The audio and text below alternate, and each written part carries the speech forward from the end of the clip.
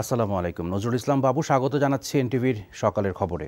বাংলাদেশে আশ্রয় নেয়া মিয়ানমারের রোহিঙ্গা জনগোষ্ঠীকে মানবিক সহায়তা দেওয়ার লক্ষ্যে নতুন দাতা খুঁজে বের করার জন্য আন্তর্জাতিক অভিবাসন সংস্থার প্রতি আহ্বান জানিয়েছেন প্রধানমন্ত্রী শেখ হাসিনা। ঢাকা সফররত আন্তর্জাতিক অভিবাসন সংস্থা IOM এর মহাপরিচালক অ্যামি পোপ প্রধানমন্ত্রীর সাথে তার সরকারি বাসভবন গণভবনে দেখা করতে গেলে তিনি এই আহ্বান জানান। এ সময় তারা দুজন রোহিঙ্গাদের মানবিক সহায়তা সংক্রান্ত জাতিসংঘের তহবিলে অর্থ সহায়তা কমে যাওয়া নিয়ে আলোচনা করেন। একই সাথে প্রধানমন্ত্রী রোহিঙ্গাদের ভাষান্তরে স্থানান্তরের বিষয়ে IOM এর সহযোগিতা চান। কক্সবাজারের রোহিঙ্গা আশ্রয় শিবিরের নিরাপত্তা নিয়ে উদ্বেগের কথা প্রধানমন্ত্রীর কাছে তুলে ধরেন অ্যামি পোপ। এ বিষয়ে শেখ হাসিনা বলেন, আশ্রয় শিবিরগুলোতে আইনশৃঙ্খলা বাহিনীর যথেষ্ট তৎপরতা রয়েছে, কিন্তু রোহিঙ্গাদের নিজেদের মধ্যে বিভিন্ন গোষ্ঠী দ্বন্দ্বের কারণে তাদের নিরাপত্তা বিঘ্নিত হচ্ছে। বিকাশে কম খরচে ক্যাশ আউটের লিমিট বেড়ে 50,000, প্রিয় এজেন্টও 2টা।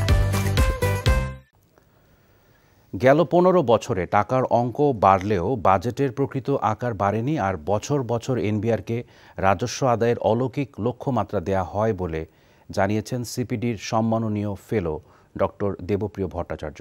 ইকোনমিক রিপোর্টার্স ফোরাম ERF আয়োজিত এক স্মারক বক্তৃতায় এসব বলেন তিনি। এছাড়া সুদের হার বৃদ্ধি এবং ব্যাংক খাতে দুরবস্থার কারণ হিসেবে রাজনৈতিক সদিচ্ছার অভাবকেই দায়ী করেন তিনি।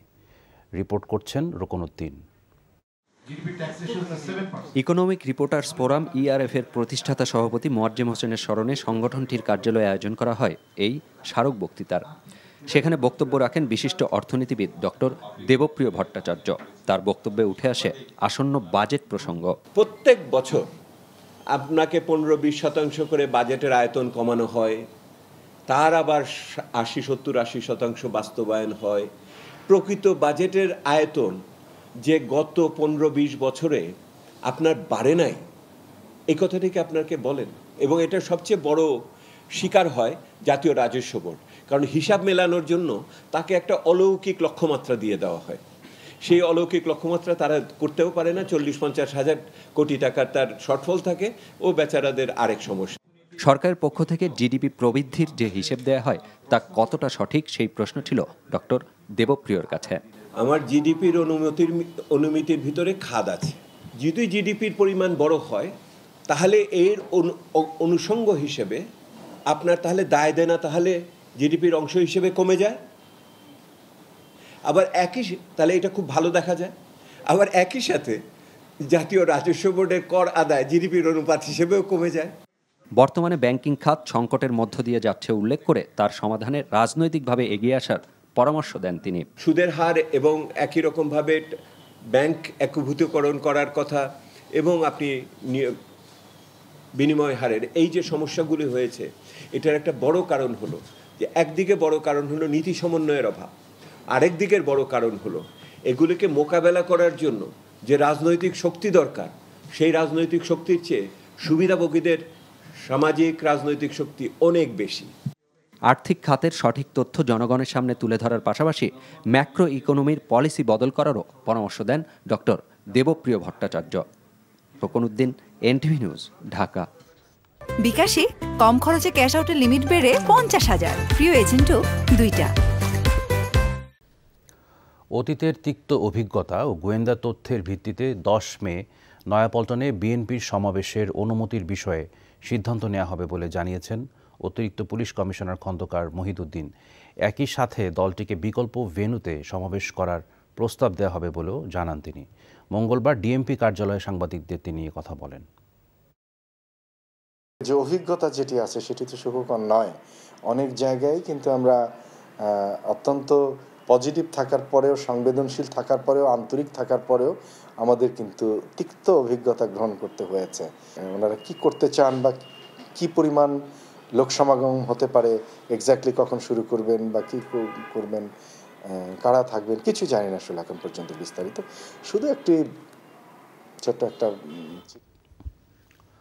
আগামীকাল থেকে শুরু হচ্ছে হজের প্রথম ফ্লাইট। তবে এখন পর্যন্ত যারা ভিসা পাননি তাদের কোনো সমস্যা হবে না বলে জানিয়েছেন ধর্মমন্ত্রী ফরিদুল হক খান। এদিকে হাব জানিয়েছে আগামী 11 মে পর্যন্ত হজ ভিসা ইস্যুর মেয়াদ বাড়িয়েছে সৌদি আরব। সচিবালয়ে সাংবাদিকদের ধর্মমন্ত্রী বলেন, এবার 85,000 হজযাত্রী হজে যাওয়ার জন্য রেজিস্ট্রেশন করেছেন। এখন পর্যন্ত 20,000 হজ যাত্রী ভিসা পেয়েছেন জানিয়ে মন্ত্রী বলেন, বাকিদেরও ভিসা হয়ে যাবে।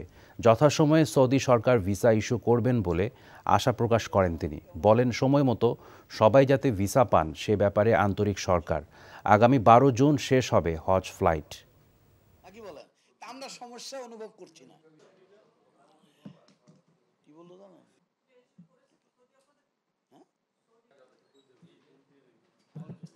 যেভাবে বলে বলুক, কারণ আমরা বাংলাদেশ বিমান দিয়ে তো আমরা চালাতে চাই 50%। সৌদি সরকার যে আগামী দিনে এটা কি করবে না করবে সেটা কি আপনাকে জানাইছে না আমাদেরকে জানাইছে? জানায় নাই। তবে হজ যাত্রী নেওয়ার দায়িত্ব তাদের, বিচার দেওয়ার দায়িত্ব তাদের। তারা যদি হজ যাত্রী যদি না নিতে পারে, ব্যর্থতা তাদের।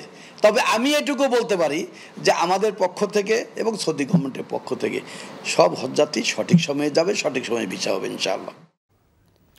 আচরণবিধি লঙ্ঘনের অভিযোগ এনে মানিকগঞ্জ 3 আসনের সংসদ সদস্য জাহিদ মালিকের বিরুদ্ধে সংবাদ সম্মেলন করেছেন সদর উপজেলা পরিষদ নির্বাচনে চেয়ারম্যান প্রার্থী ও জেলা আওয়ামী লীগের সাংগঠনিক সম্পাদক সুদেব কুমার সাহা। মঙ্গলবার দুপুরে মানিকগঞ্জ প্রেস ক্লাবে সংবাদ সম্মেলনে সুদেব কুমার সাহা অভিযোগ করেন, সংসদ সদস্য হয়েও নিজের ফুফাতো ভাই মোহাম্মদ ইশরাফিল হোসেনের পক্ষে নির্বাচনী প্রচারণা চালাচ্ছেন সাবেক স্বাস্থ্যমন্ত্রী জাহিদ মালিক। তিনি আরও বলেন, তার প্রার্থীর পক্ষে কাজ না করলে দলীয় পদ থাকবে না বলে বিভিন্ন ফোরামে নেতাকর্মীদের ভয় ভীতিও দেখাচ্ছেন তিনি। সংসদ সদস্য জাহিদ মালিকের হস্তক্ষেপের কারণে জনমনে বিভ্রান্তির সৃষ্টি হচ্ছে দাবি করে সুষ্ঠু নির্বাচন নিয়ে সংশয় প্রকাশ করা হয় সংবাদ সম্মেলনে। ইউরোপীয় কোম্পানি এয়ারবাস থেকে 10টি উড়োজাহাজ কিনবে বাংলাদেশ। এর মধ্যে ব্রিটেন থেকে 4টি উড়োজাহাজ কেনার প্রস্তাব দেওয়া হয়েছে। মঙ্গলবার সচিবালয়ে ব্রিটেনের ইন্দো প্যাসিফিক স্ট্র্যাটেজি বিষয়ক প্রতিমন্ত্রী অ্যানমরি ট্রেভেলিয়ানের সাথে বৈঠক শেষে এই তথ্য জানান বেসরকারি বিমান ও পর্যটন মন্ত্রী ফারুক খান। মন্ত্রী বলেন, ব্রিটেন থেকে উড়োজাহাজ কেনার বেশ কিছু সুবিধা রয়েছে যা বাংলাদেশ বিবেচনা করছে বলেও জানান মন্ত্রী। বৈঠকে ব্রিটেন ও বাংলাদেশের বিভিন্ন উন্নয়ন বিষয়ে আলোচনা হয়েছে বলে জানান মন্ত্রী। বিশেষ করে বাংলাদেশের এভিয়েশন ইন্ডাস্ট্রির উন্নয়নে একসাথে কাজ করতে চায় দেশটি। মন্ত্রী বলেন, সেক্ষেত্রে বিভিন্ন ট্রেনিং প্রোগ্রাম সহ এ খাতে বিনিয়োগ করার ইচ্ছাও রয়েছে ব্রিটেনের।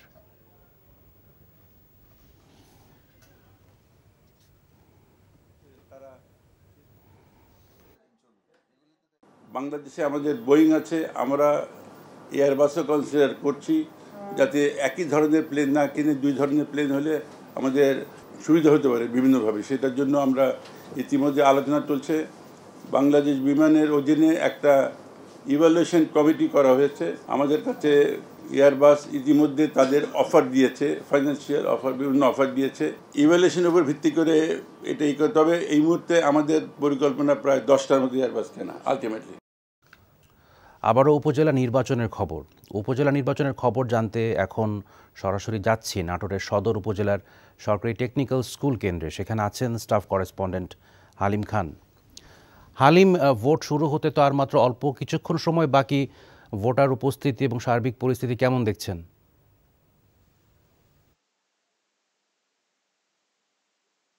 হ্যাঁ বাবু, আপনি যেটা বলছিলেন, আমি অবস্থান করছি সরকারি টেকনিক্যাল স্কুল অ্যান্ড কলেজ কেন্দ্রে। এখানে ভোটার সংখ্যা 3680। তবে মোটামুটি সমস্ত প্রস্তুতি সম্পন্ন করছে পোলিং এজেন্ট, পোলিং অফিসার এবং বুথগুলো বুঝিয়ে দিয়েছেন ইতিমধ্যেই এখানকার প্রিজাইডিং অফিসার। তো বৃষ্টি এবং ঝড়ো আবহাওয়ার কারণে আমরা এখন পর্যন্ত এই কেন্দ্রে কোনো ভোটারকে আসতে দেখিনি। তবে আইন শৃঙ্খলা বাহিনী সহ প্রশাসনের যারা কর্মকর্তা আছেন তারা তাদের দায়িত্ব বুঝে নিয়েছেন। কেন্দ্রে কেন্দ্রে ব্যালট বাক্স পৌঁছে দেওয়া হয়েছে। ভোরবেলায় প্রতিটি কেন্দ্রে প্রিজাইডিং অফিসাররা তারা উপজেলা সদরে গিয়ে ব্যালট পেপার সংগ্রহ করে কেন্দ্রে কেন্দ্রে নিয়ে এসেছেন। এখন প্রতিটি বুথ প্রস্তুত হয়ে গেছে। ভোটাররা এলেই 8টা বাজার সঙ্গে সঙ্গে ভোটাররা এলেই ভোট গ্রহণ শুরু হয়ে যাবে। কিছুক্ষণের মধ্যে হয়তো ভোট গ্রহণ শুরু হয়ে যাবে। তবে এখন পর্যন্ত আমরা এখানে কোনো ভোটারকে দেখতে পাইনি। তবে বিচ্ছিন্নভাবে আমরা কেন্দ্রের বাইরে প্রার্থীদের পোলিং এজেন্টদেরকে দেখেছি, প্রার্থীদের নির্বাচনী এজেন্টদেরকে দেখেছি, তারা ভোটারদের জন্য অপেক্ষা করছেন। বাবু, জানছিলাম উপজেলা নির্বাচনের খবর। এই ছিল সকালের খবরে। এই খবরের ভিডিও সহ আপডেট জানতে ভিজিট করুন NTV অনলাইন www.ntvbd.com। এছাড়াও এনটিভির জনপ্রিয় সব অনুষ্ঠান ও খবরের আপডেট জানতে ভিজিট করুন আমাদের ইউটিউব ও ভেরিফাইড ফেসবুক পেজ। ধন্যবাদ সবাইকে।